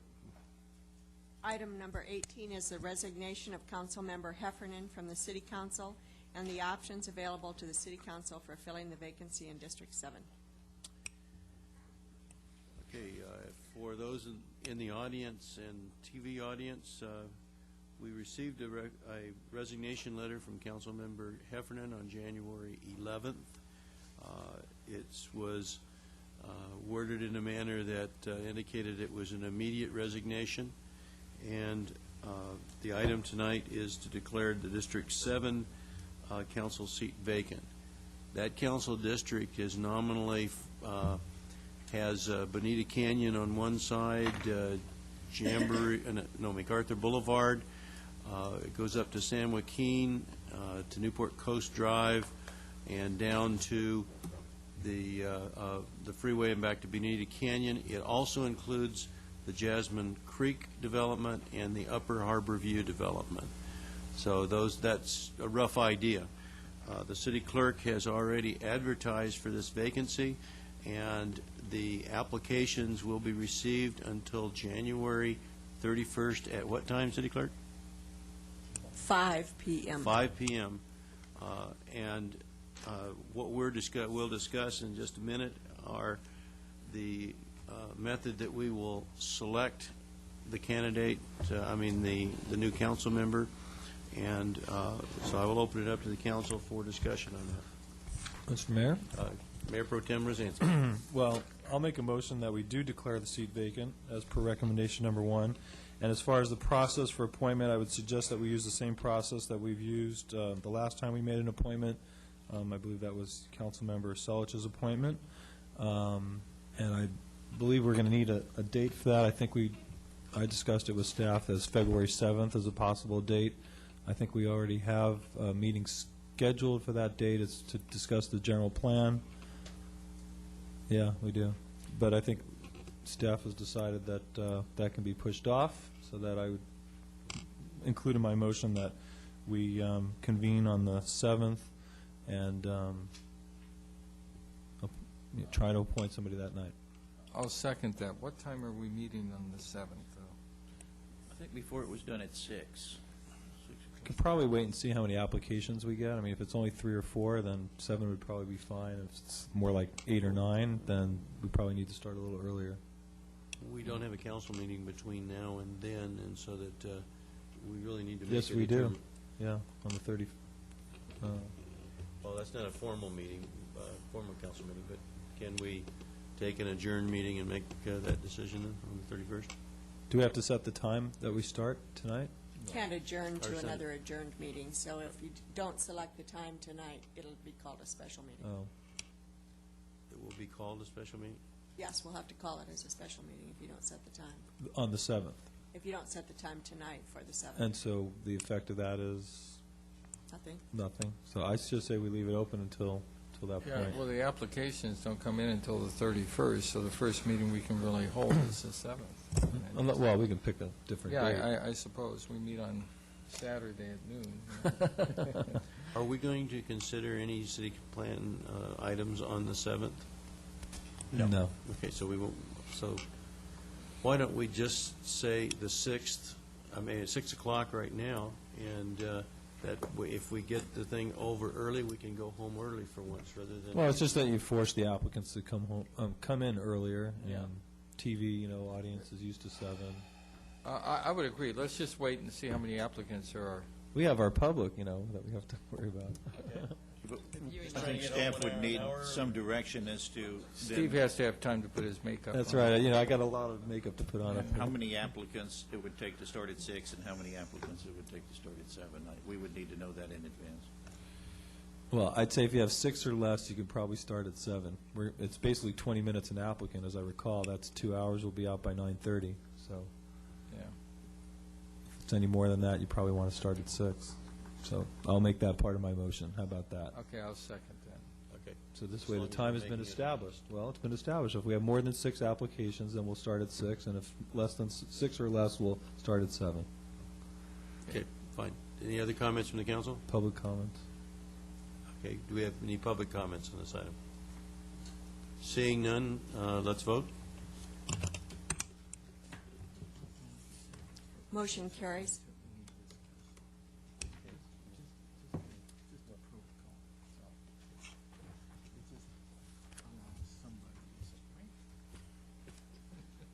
Okay.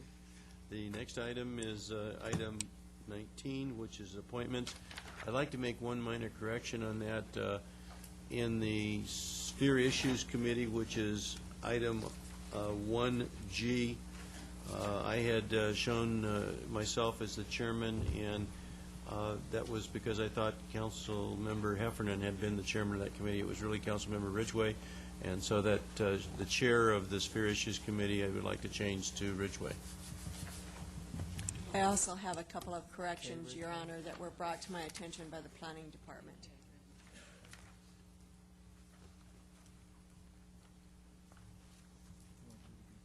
And on Committee K, which is the new Media Communications Committee, and that combined the website committee and the ad hoc telecommunication together, I'll appoint Councilmember Daigle as chair. Wait, can I arm wrestle her for it, or? No. No. I'm going to make a, no, I'm going to She make has a, more seniority on that committee than you do. That's for sure. I'm going to make a motion for approval of this item. I know you need to open up the public, but at least I will make a Your motion. Honor, I do have a couple of corrections that were Okay. brought to our attention by the Planning Department. item number 3G, which is the Orange County Homeless Coalition Affordable Housing. That committee no longer exists, so we will remove that from the list of appointments. And 3G or 3H? I'm sorry, I read too many 3H. names. 3H. And 3I, the Orange County Housing Commission Advisory Committee. Rather than the planning staff member being Jaime Murillo, it is Brandon Nichols. Okay, I will modify my motion to delete 3H and add Brandon, what's his last name? Nichols. Nichols.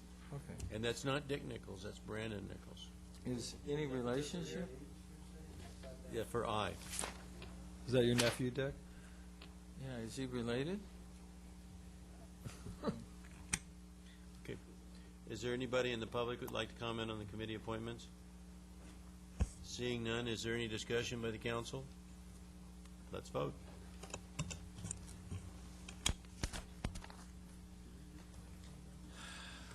Motion carries. Let's see, the next item is sea lions.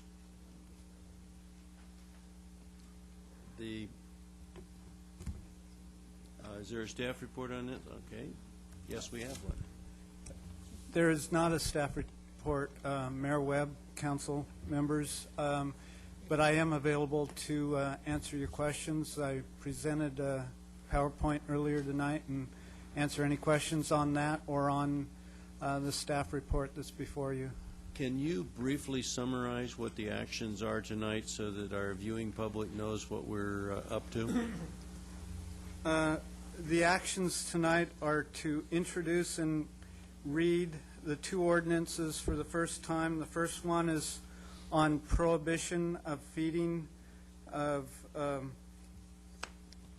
non-domesticated animals, and the second is for vessel security and deterrent measures. And we're asking you to pass to the second reading on February 14th and direct staff to implement public education effort. Okay. Is there any questions from the City Council? We discussed this at study session, and a pretty fair amount of information was presented to us, and we had even a number of people comment on this. Does the council have any questions right now that they would like to bring up? This is just 20, right?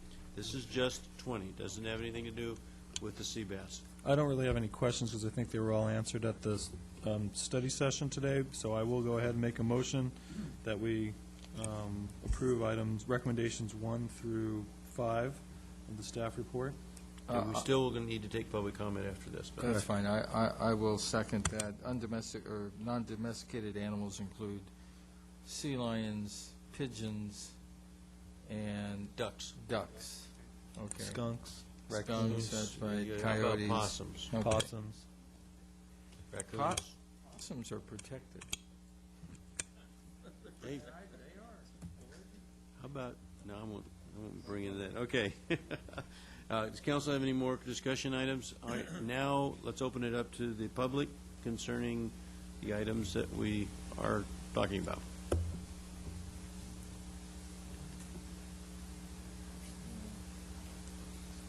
Hello again. Brian Ozonian, 1222 East Balboa Boulevard. Mayor and council members. In thinking about the staff report at the study session, I ask that you strike any citations to the residents for sea lions commandeering the docks or boats for the residents. I think it's very inappropriate at this time to do that. I think it's premature to do that. I think it's pretty harsh. Maybe you would consider a warning system of 1-2 times and maybe a small fine, but I think there has to be more structure to that before you get into letting staff cite residents for haul-outs of sea lions on our docks and our boats. I think that's a little punitive at this time and premature. Thank you very much. Excuse me. How would you suggest that the city go about, let's say that there are 4 or 5 sea lions just that congregate on a daily basis on somebody's dock. How would you suggest that we, some way or another, motivate that person to have the animals removed? Well, certainly, I think proper advice would be good, such as a letter, a registered letter that comes so they're sure they get it, and maybe also a courtesy in a door hanger, but something official by the mail would help to make sure they get it. Some residents have renters during the summer. They may not even know of the problem. That will be a problem when renters come and have the problem, and how do they handle the problem? And I'm sure those that rent the property can advise them of that. But a warning system of maybe 2 or 3 times, but also at the disposal of property owners and residents are the, let's say, infrared detector sprinklers that can be put on the dock, that they're available. I've tried talking with staff about, where do you buy such a thing, and they haven't yet been able to make a recommendation. But I think that would be helpful, that you can buy these things at West Marine, or you can buy them from the city, at a nominal fee, or you can check it out from the city for 30 days and then turn it back in. Something that's proactive and that gets the job done without being punitive, I think, would be helpful. But just like you do in a commercial setup where you're going to see, let's say, a commercial fishing boat that goes out and knows better and has signs on the boat and tells those that are using the boat, you cannot throw anything. They can supervise that directly. But if they have an incident, then there's a fine, and there's a $100 fine, and a $200 fine, and there's a $500 fine, in that grade. But I think the residents should be given warnings to a certain point and then get into a fine structure, and I think it's premature at this point. Mr. Mayor, Mr. Rosansky. could I ask for a clarification from Mr. Rossmiller to answer this question?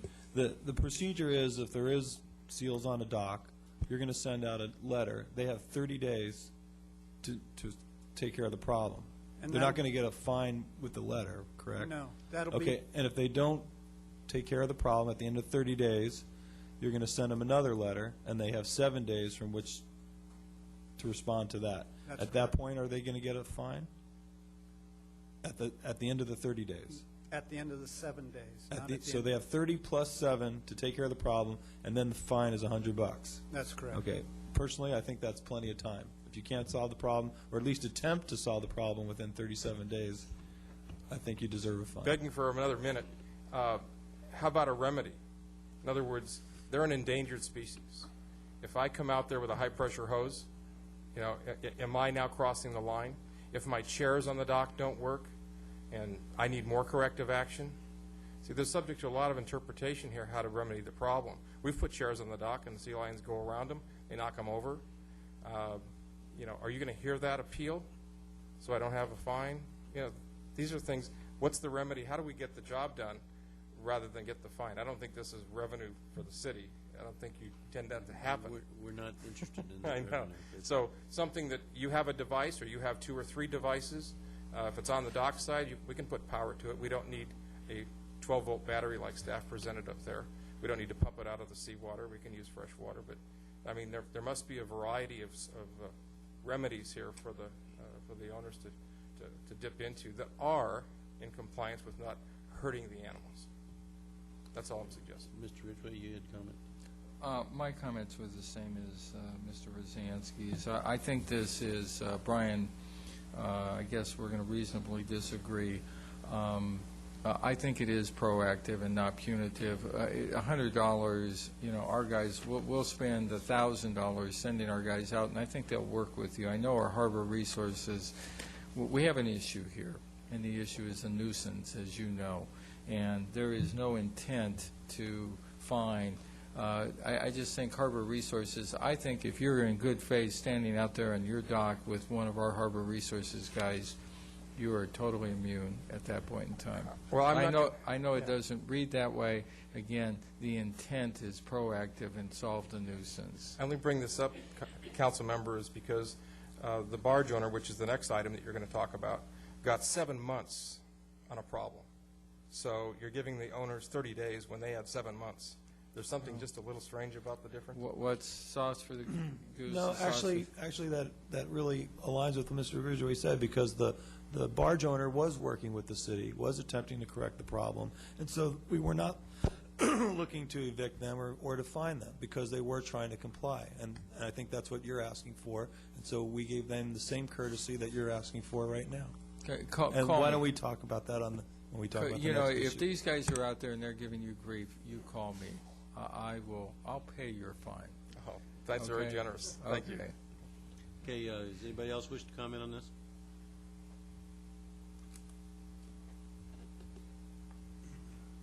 Mayor, council members, my name is Stephen Greshock. I own the bait boat Pamela Rose. For 27 years, I've been supplying live bait to Newport Beach, and it is a problem that's getting bigger and bigger because they aren't an endangered species. They find their way in the harbor. I've been accused, of course, many things. We're bringing in